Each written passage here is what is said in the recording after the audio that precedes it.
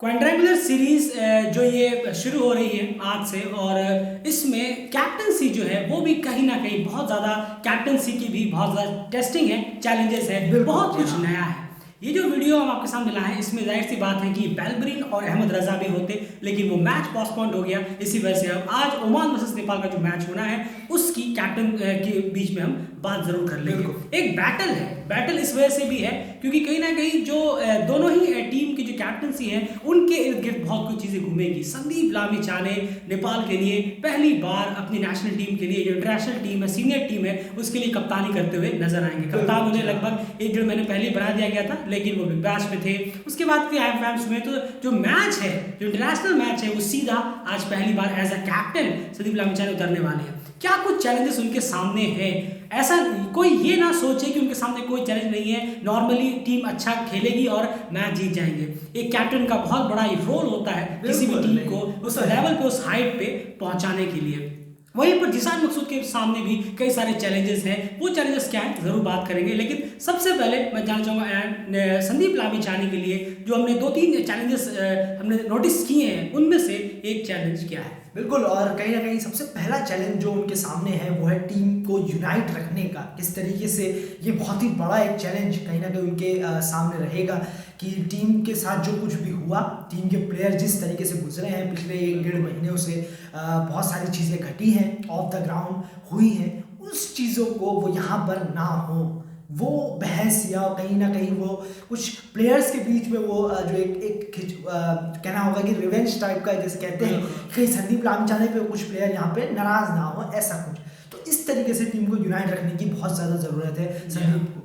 जी हाँ, और सबसे बड़ी बात, अगर आपके माइंड में ये आता है कि नहीं सब ठीक है, पूरी टीम यूनाइट है, सब अच्छा करेंगे, तो बिल्कुल आपकी सोच अपनी जगह है, आपकी सोच को हम रिस्पेक्ट करते हैं। लेकिन हमारा कहीं ना कहीं ये मानना है कि ऐसा बिल्कुल भी नहीं है कि एक ऐसी बात जो प्रेस कॉन्फ्रेंस तक चली गई, ओपन प्रेस कॉन्फ्रेंस तक चली गई पिछले 1 महीने पहले, कई सारी बातें उठी, कोई किसी के अंडर में नहीं खेलना चाहता था, कोई कहता था इनकी कप्तानी आप वापस ले लीजिए, इनकी कप्तानी में हम नहीं खेलेंगे, बायकॉट, ये वो सब चीज़ें चली।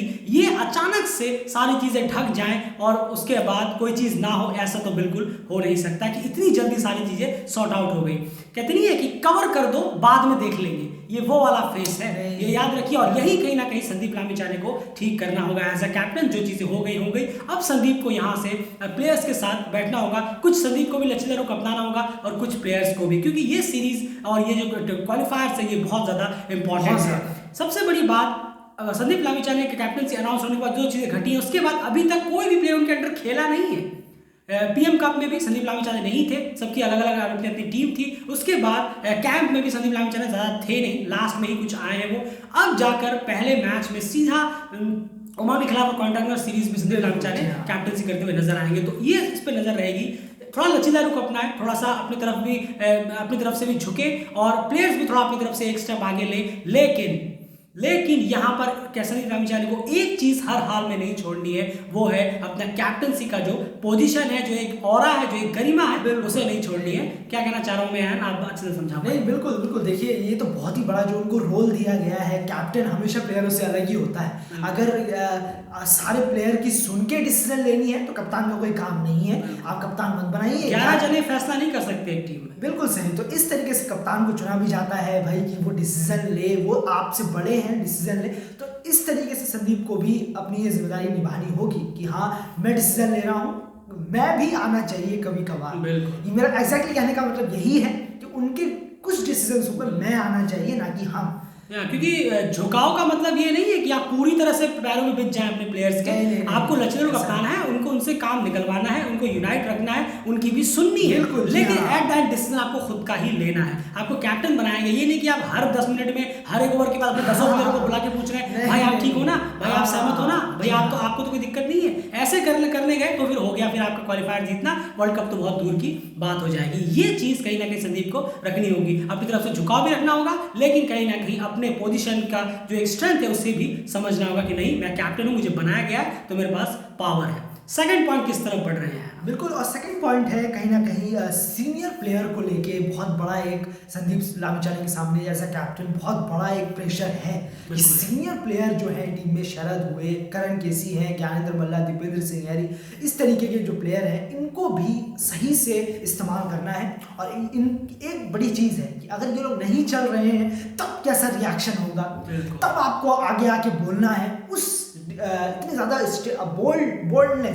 बोल्डनेस जिसे कहते हैं वो रखना होगा कहीं ना कहीं संदीप को कि सीनियर प्लेयर हैं और उनसे भी राय लेनी है, ये भी करना है कि हाँ भाई मैं राय भी ले रहा हूँ, और खराब खेल रहे हैं तो बोलना भी है सामने से कि हाँ आप खराब खेल रहे हैं, आप बाहर बैठिए। बिल्कुल। और यही कहीं ना कहीं जो एब्सेंस था वो केएल राहुल की कप्तानी में भी हमें देखने को मिला साउथ अफ्रीका में, क्योंकि बहुत सारे क्रिकेटर्स ने भी ये चीज़ उठाई है कि जब आप अगर आप यंगर कैप्टन हैं और आपकी टीम में सीनियर प्लेयर्स हैं तो आप में इतना भी कम से कम रूडनेस और टफनेस होनी चाहिए, सच्चाई होनी चाहिए कि नहीं आप मुंह पे जाके बोल दें कि आप भले आप सीनियर हैं, मैं आपकी रिस्पेक्ट करता हूँ, लेकिन आपका परफॉर्मेंस अच्छा नहीं है, शायद आप किसी की जगह खा रहे हैं। ये बोलने का भी दम हम रखिए, ये नहीं कि नहीं आप सीनियर हैं रहिए, सीनियर है रहिए, ऐसे करते करते क्वालिफायर के 6 मैच निकल जाएंगे, 5 मैच निकल जाएंगे और आप वापस से अपने नेपाल घर की तरफ रवाना हो चुके होंगे। ये चीज़ें हैं, आपको एज अ कैप्टन सीनियर को रेस्पेक्ट भी देनी है, और फिर जब मौका आएगा, जब वो खराब खेलेंगे तो आपको उनको बोलने का भी हिम्मत होना चाहिए कि नहीं आप खराब खेल रहे हैं, क्योंकि हमें मैच जीतने हैं, इसीलिए आपको मैं ड्रॉप करता हूँ और उसकी जगह में किसी और प्लेयर को लेता हूँ। भले ही वो प्लेयर भी ना चले, लेकिन आपके अंदर इतनी कैपेबिलिटी होनी चाहिए कि हाँ एक कैप्टन है कि कैप्टन के नाते आपने वो चीज़ कही है। क्या कहेंगे आप? नहीं बिल्कुल, बहुत ज़रूरी है। देखिए सीनियर प्लेयर अलग है, जी हाँ बिल्कुल सीनियर अलग है, लेकिन कप्तान को संदीप को ऐसा होना होगा कि जब वहाँ से परफॉर्मेंस नहीं निकल रही है तो आपको थोड़ा सा बोल्ड होना पड़ेगा, उनका सामना करना पड़ेगा, और नहीं हो पाया ये चीज़ तो ये परफॉर्मेंस में भी दिखेगा कहीं ना कहीं कि आप खाली नाम के बलबूते पे उन्हें खिला रहे हैं। ये चीज़ यंग प्लेयरों पे बहुत असर करेगी कहीं ना कहीं। जी हाँ, बहुत ज़्यादा असर करेगी, मेंटली असर करेगी। वो सामने कुछ ना बोले लेकिन उनके मेंटली में वो क्लियर असर करेगा। जब आप एक बड़े इंपॉर्टेंट मैच में एक साथ बढ़ा देंगे, जब आपकी बारी है तो वो ऐसे कैसे परफॉर्म कर सकते हैं, आपने जब पहले ही सारी चीज़ें खराब कर रखी है। एक और पॉइंट इसमें है वो भी जानना चाहूँगा। देखिए ये तीसरा जो पॉइंट है कहीं ना कहीं ये भी बहुत ज़्यादा है, यंग प्लेयर को कैसे करके टैकल करें। कहीं ना कहीं संदीप के सामने ये भी सवाल होगा कि यार अब यंग प्लेयर है, बहुत ही ज़्यादा कहीं होता है वो यंग है कि 10 जी हाँ बिल्कुल, कि 10 बॉल अच्छी खेली, 11वीं बॉल में छक्का मारने के लिए चले गए। ये बड़ी बड़ी टीमों में भी ऐसे घटिया आदतें होती हैं यंग प्लेयरों के अंदर, कहीं ना कहीं बहुत मुश्किल होता है ऐसे सुधारना, पर सुधरता ज़रूर है, हर चीज़ सुधर जाती है। बिल्कुल सुधरता है, बिल्कुल। तो ये चीज़ संदीप को गौर करनी होगी, उन्हें गलतियाँ बतानी होंगी, सामने से उनको थोड़ा सा स्ट्रिक्टनेस रखना होगा कि यार ये मत करो, ये गलती मत करो, यार भारी पड़ेगा हमारी टीम पे, तुम पे ही भारी पड़ेगा और हमारी टीम पे तो पड़ेगा ही पड़ेगा। तो इस तरीके से काम भी रखना होगा यंग प्लेयरों को कि शांत रहो, रन नहीं बन रहे कोई बात नहीं, आ जाएंगे बॉलों में, विकेट नहीं गिर रहे कोई बात नहीं, विकेट मिलेगा ज़रूर, पर ये चीज़ करना बहुत मुश्किल है, पर होती ज़रूर है। बिल्कुल होती ज़रूर है। बहुत सारे युवा प्लेयर्स हैं जो कि कहीं ना कहीं टाइम के साथ मैच्योर होते हैं, और कहीं ना कहीं ये वक्त है संदीप लामिछाने को अपने प्लेयर्स को कम से कम कंट्रोल में रखना होगा। यंग प्लेयर्स को जो कहते हैं हम गरम खून है, उनको कम से कम कंट्रोल में रखने की ज़रूरत है, क्योंकि देखिए एग्रेशन अलग चीज़ है, आप बॉलिंग करा रहे हैं उसमें एग्रेशन निकल रहा है, आपने शॉट्स मारे एग्रेशन, वो अलग चीज़ है, लेकिन आप टेस्ट में आके अगर सिचुएशन को ना परख के खराब शॉट खेल देते हैं, या फिर आपने एक्स्ट्रा रन दे दिए, गुस्से में आके किसी ने बाउंड्री मारी, आपको गुस्सा आ गया और आपने एकदम से एक्स्ट्रा वाइड, नो बॉल, वो बॉल, फ्री हिट सब कुछ खराब कर दिया, ओवर की बैट बजा दी, तो इससे नुकसान तो आपका है ही पर्सनली, लेकिन आपकी टीम का सोचिए भारी कीमत चुकानी पड़ सकती है। और ये कहीं ना कहीं जो नर्व्स को कंट्रोल करने का काम है वो कैप्टन को लीडिंग फ्रॉम द फ्रंट करना होगा। शुरुआत खुद से ही उनको करनी होगी, खुद को भी उनको नर्व्स को काम रखना होगा। तो ये सारी चैलेंजेस संदीप के लिए इस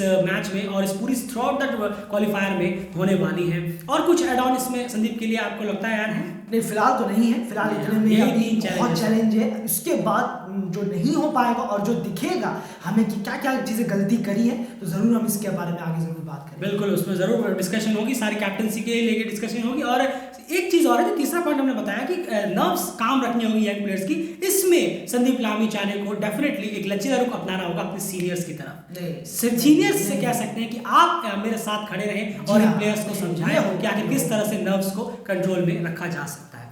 दूसरी तरफ जिशान मकसूद है, आकिब इलियास पहले ही एब्सेंस है स्क्वाड में, इतनी अभी इसकी फॉर्म देखें हालिया, भले ही वनडे में थे लेकिन इतनी खास फॉर्म नहीं चल रही है, लेकिन फिर भी ओमान वो टीम है जो लगातार तीसरी बार वर्ल्ड कप खेलने के लिए पूरी तरह से तैयार है, चेस कर रही है कि इस बार भी वो वर्ल्ड कप खेले। इतने तो कमजोर उन्हें नहीं आ सकते किसी भी हाल में नहीं, होस्ट भी वो है, ग्राउंड भी उन्हीं का है, लेकिन जिशान मकसूद के सामने भी कई सारे चैलेंजेस हैं। दो इंपॉर्टेंट चैलेंजेस वो क्या है? सबसे पहले बिल्कुल देखिए, एक तो यही है कि ओपनिंग कहीं ना कहीं बहुत ज़्यादा डिसमेंटल नज़र आ रही है, डिसबैलेंस नज़र आ रही है ओपनिंग में। बहुत बड़ा उनको ये सिरदर्द भी होगा कि किसे ट्राई किया जाए, क्योंकि T20 में तो अब आकिब इलियास आते थे, पहले अलग था, लेकिन आकिब इलियास आने लगे, उसके बाद अब वो है नहीं।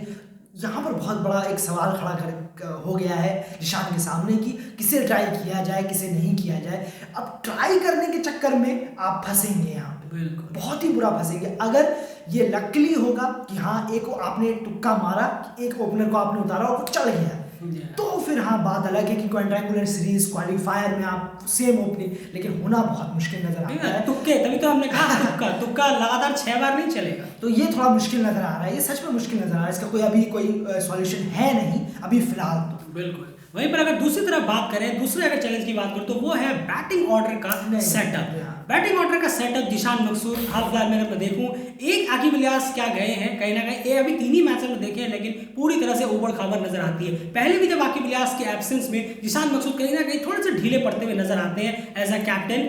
क्यों ऐसा होता है और क्यों वो सेटअप नहीं कर पा रहे हैं बैटिंग ऑर्डर? नहीं देखिए, सबसे पहले तो यही होता है कि जिशान मकसूद खुद को अपने कितना टाइम दे रहे हैं, खुद कितने ऊपर आ रहे हैं। मैंने उन्हें देखा है अभी अक्सर, और पहले भी थोड़ा देखा था कहीं ना कहीं, कि अगर 2-3 विकेट गिर गए हैं तो उनको आना चाहिए, ना कि वो किसी यंग को भेज रहे हैं। और ये टाइम तो बिल्कुल नहीं है कि आप यंग को भेजें। क्वाड्रेंगुलर सीरीज चलिए हाँ मैं कह सकता हूँ, यहाँ यंग से मतलब है इनएक्सपीरियंस। इनएक्सपीरियंस, यंग तो कोई है ही नहीं इस टीम में, इतना यंग कोई नहीं है, लेकिन इनएक्सपीरियंस जरूर है।